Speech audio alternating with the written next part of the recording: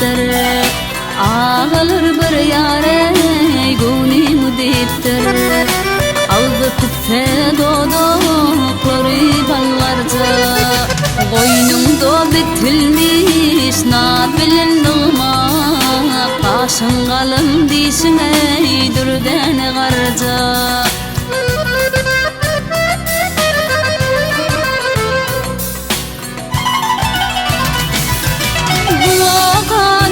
Ördük bakışlı tallanıp görene cana yokuşlu bu koltulla tumar boynuda kıslı hallarımdan havare alayken varca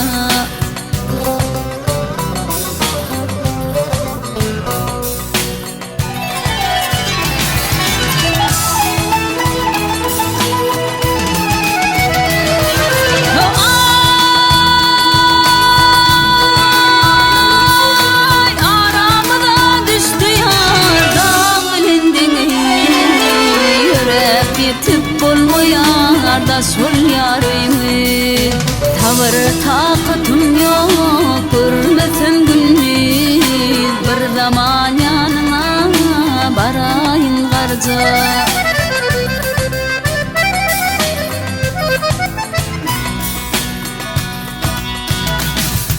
men bilmedim oğlum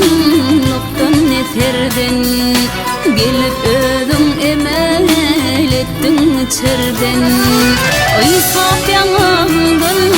tuttam koşurdun amanır nur battır ey mihman algarca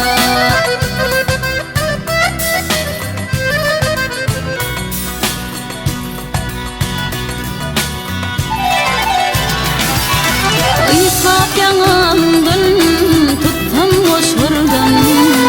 amanır nur battır ey mihman algarca hallarımdan havare